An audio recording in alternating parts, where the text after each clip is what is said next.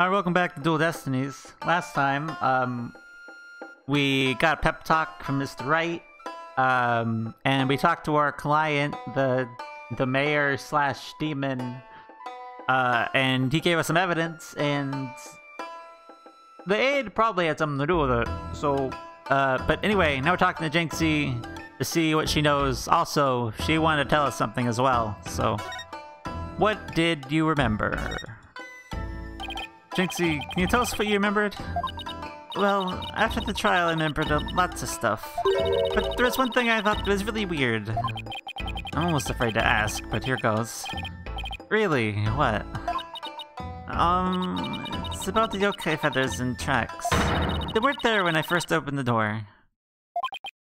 No, wait, what? Are you sure? The memory is crystal clear now. You're saying they were left at the scene after you found it? This could spell major trouble, Apollo. Why?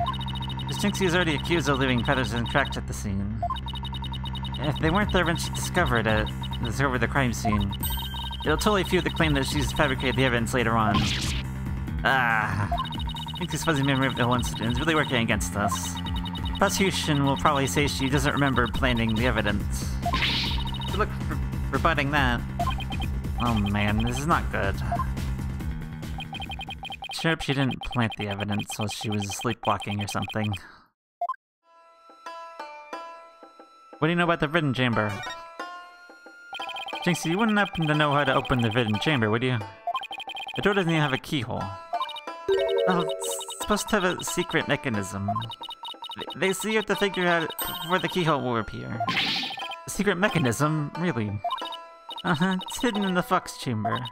But only Alderman Kubi know what it was and how it worked. The Alderman on Ninetails Vale sure loved his secrets. Oh, let's go see if we can find out that secret mechanism. Oh, slow down. There's something else I want to ask about. Jinxie, is there only one key to the Hidden Chamber? Even the Manor's Master Key won't open it. That's because it's a very special room.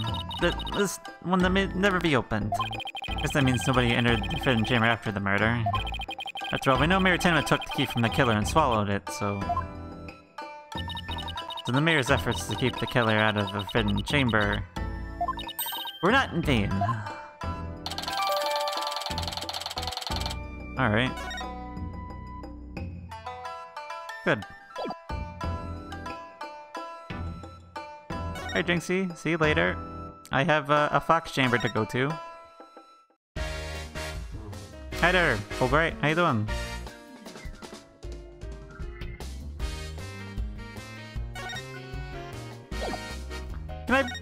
Can I present this to you?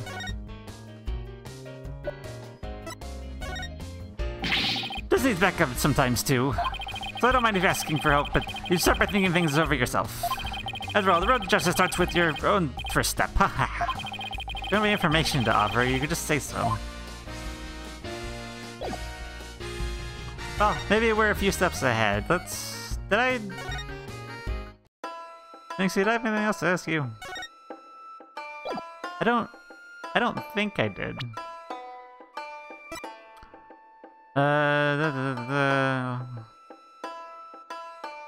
Oh yeah, the statue, that's right.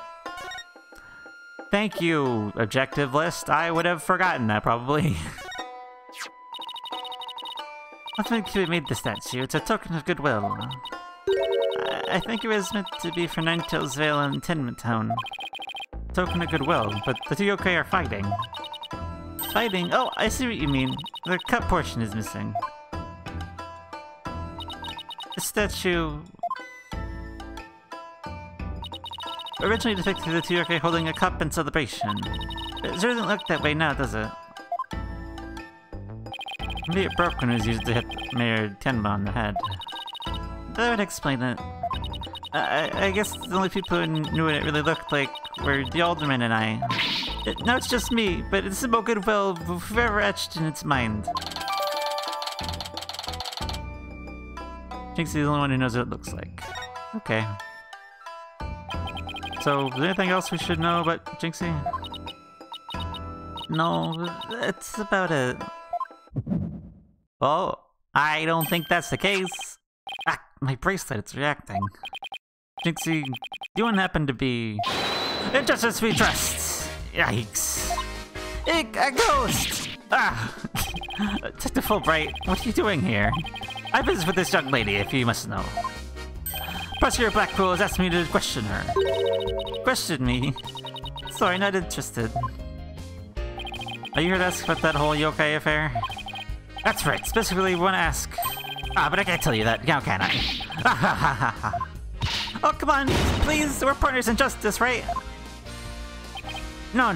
Prosecutor Blackpool specifically told me my questions were of the utmost justice. I'm not fall for your lies, and justice we trust. Twisted Samurai sure has one on short leash. You're not a ghost? Maybe some sort of urban troll then. No, come along, Miss Tenma. To the station with you. Well, he took her away. Just my chance to see what she was lying about. Well, at least we found there's a secret mechanism for opening the chamber. Let's go check it out.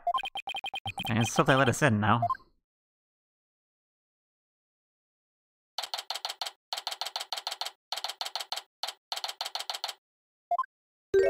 Oh, you changed your hair, huh?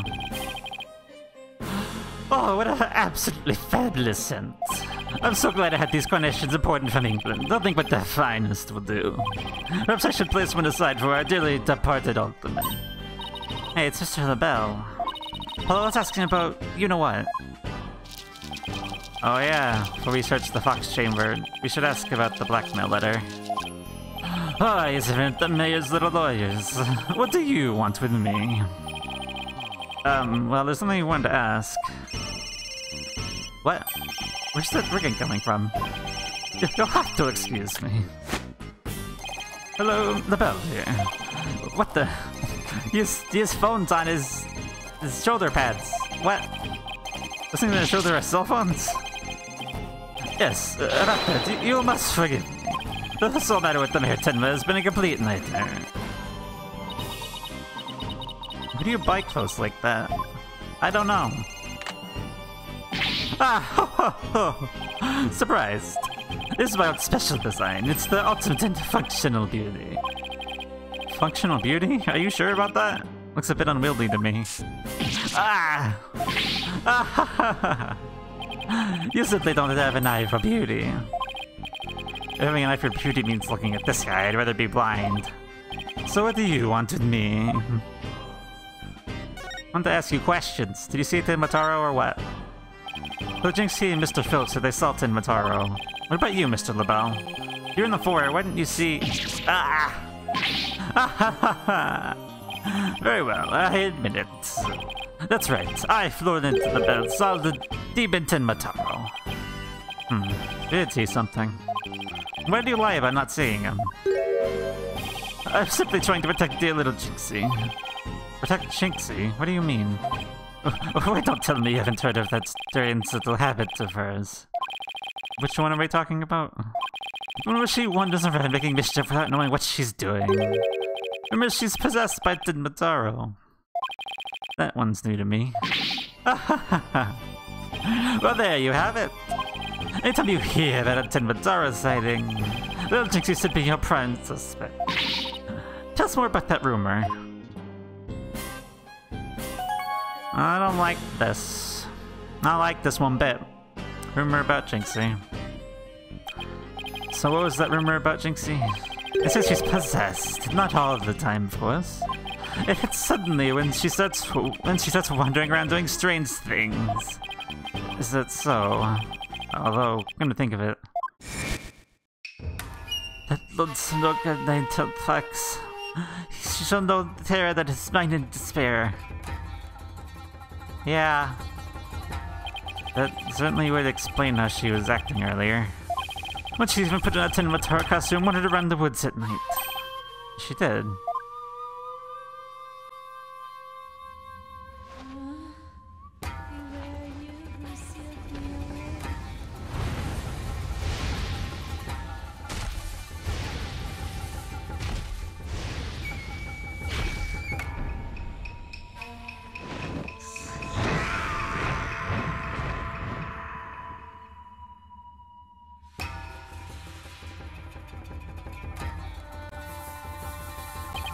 I should never asked.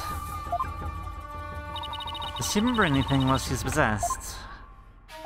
Unfortunately, no. She doesn't seem to remember a thing during those episodes. Memory loss during a possession. When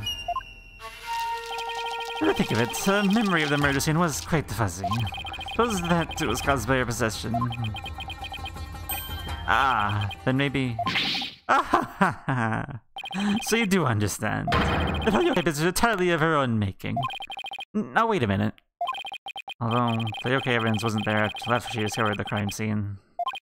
Did she leave those black feathers and strange tracks to herself? Well, Paulo, let's ask Mayor Tenma about Jinxie's episodes next time we talk with him.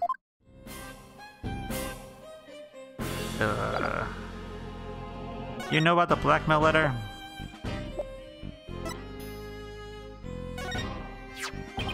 What is that? The blackmail letter, but it wasn't sent to Alderman Cuby. It was sent to Mayor Tenma. And... the point being, someone took the letter from the mayor's briefcase, and then placed it in the alderman's pocket after he was murdered. Oh, you don't say. You wouldn't happen to be the one who made the switch, would you? After all, you're the only one who knew that blackmail letter was in his briefcase. But naturally you... Perhaps the shut-up cologne will make the scales fall from your eyes. Or my eyes fall from their sockets. It's possible you would like to frame me as a potential suspect. What would make you raise such an outrageous allegation in the first place? Well... My only crime is being born as beautiful as you see here. In other words, you have nothing. Now, let me show you what to do with this garbage. You can't destroy evidence like that. What do you mean I can't? I just did. You're a little lighter now. You just want a one-way trip to the top of my most annoying people ever list, buddy. I'm done with your silly questions now. I'm a very busy man, you know. I guess that's it for now. You and your double phones. Hello, LaBelle speaking. Really? You still carry my new product at your store? Oh, I'm afraid it's my own private brand. It's not available to the public. What? Then I shouldn't advertise it on TV. But I don't understand. As the embodiment of beauty is my duty to announce my good looks to the world. Stop the bus. I'm getting off. Everyone wants my exclusive, just LaBelle brand of products. It's like a jewel of my collection, born of my long-relentless pursuit of beauty. But now it's become so popular, it's been an absolute nightmare. You don't say. Oh, they can't have it, it's just for me. It's not meant for you peasants. Peasants? This is my latest product. I'm calling it Color Me LaBelle. A dazzling hair color you can wash out with just water. I guess that means you can't sweat. I have 7 colors in all. You can find out more in my commercials and magazine ads. Yet it's not available to the public. Great sales strategy there, genius. Come to think of it, Mr. LaBelle, your hair color's changed since the last time we met. The little lady has quite the discerning eye. Here's a little sample. Consider it a gift for one who truly appreciates beauty. Apollo, what should I do? Better take it before you get a face full of cologne. Good point. Well, thanks, Mr. LaBelle. Huh. Alright, cool. Okay, let's head over to the Fox Chamber. We still gotta find the secret mechanism for opening the Forbidden Chamber. Alright, see you later!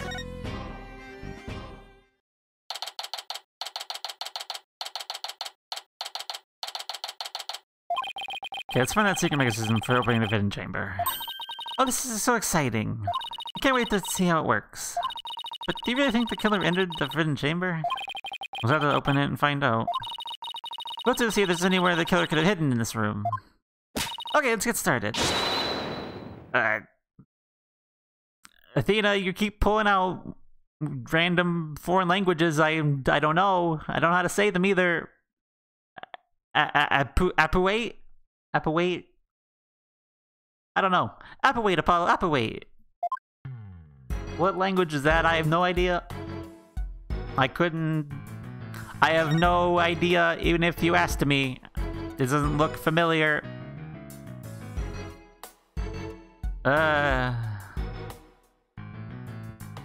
I guess we'll first look at the door. So no keyhole, huh? Yeah, the door won't budge just like those spiky bangs of yours. Well, it takes just some water, but I don't think that would work on the door. Oh, I know.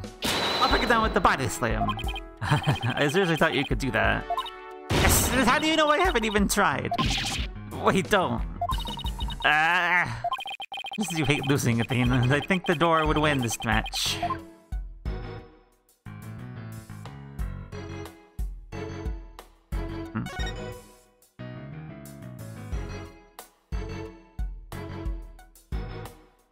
It's a folding screen.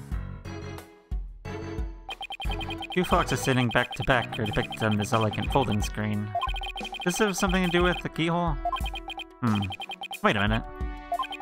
Two foxes... There are two fox statues in front of the forbidden chamber as well. Maybe the keyhole will appear if we do something to this folding screen. But I don't see anything unusual about it. Well, it does have two foxes on it, and there are two fox statues in front of the door. Maybe there's a clue somewhere in this room. Let's turn the whole place upside down. As bad as a kid in a candy store.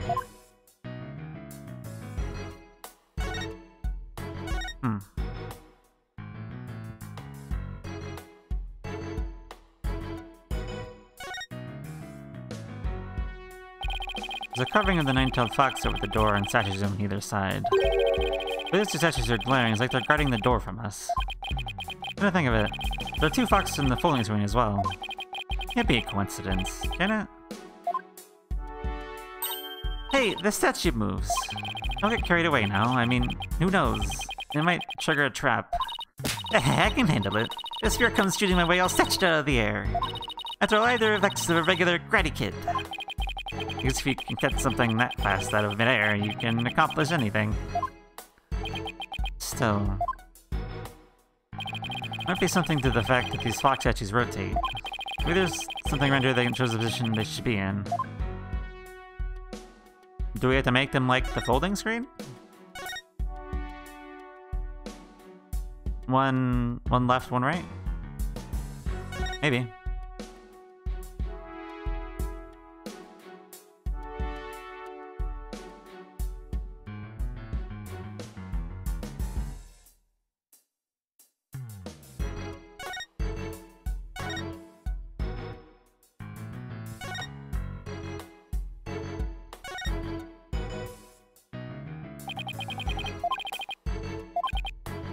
Wait a minute. Two foxes, there are two foxes.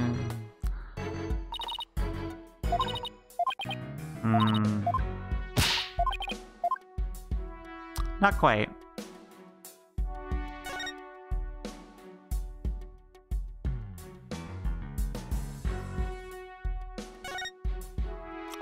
I don't think we'll find anything else on this chair.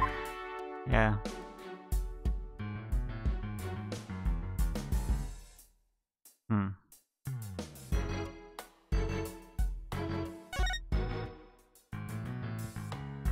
There's weapons back there. This one's a spear, but what about this one? Looks like a giant pair of pliers. Or something a demon might use. Saw something like that in a manga once. Really? What were they used for? Oh, things like pinching through cheeks. Ew! Pulling out tongues. Stop!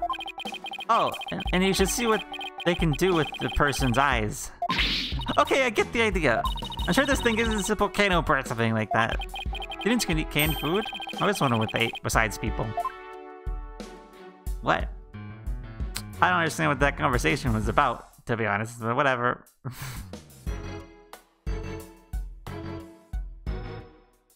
I can examine the door. Should take a look behind this door, too.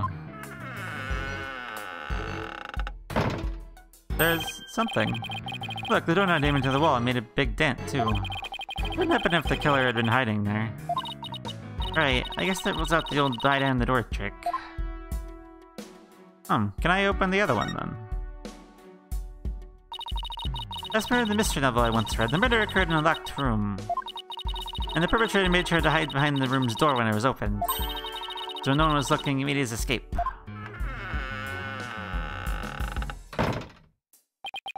Clever trick, but it would have been impossible in this case. See this broken Tanuki statue here? No must have banged into it when it was opened. Oh, I get it. The killer couldn't have been there because of the statue.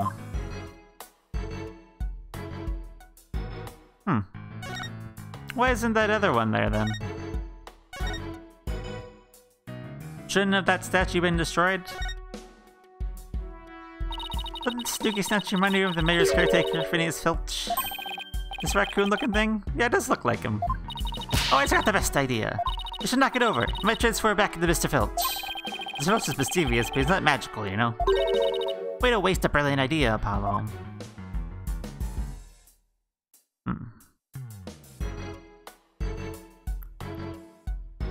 Where's the statue down there? The statue really depicted the two yokai holding up a cup in gesture of goodwill. The only Kibi was planning on soothing things over with Mayor Tenma. It was murdered instead, by someone who intervened. He was only pursuing the miserable murderer because he'd been blackmailed. Who knows, if the murder hadn't occurred, maybe they could have come up with a solution.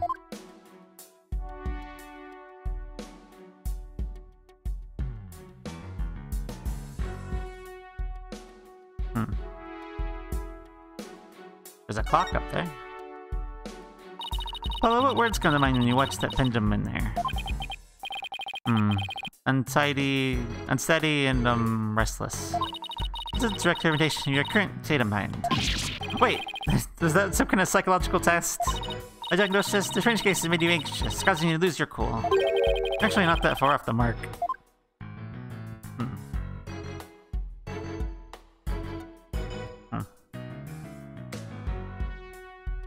Well, we still investigating, dude, because I feel like we're close, but we just haven't found the right thing yet. We'll keep looking. Well, next time we'll keep on at it, because there's something in here somewhere. So, until next time.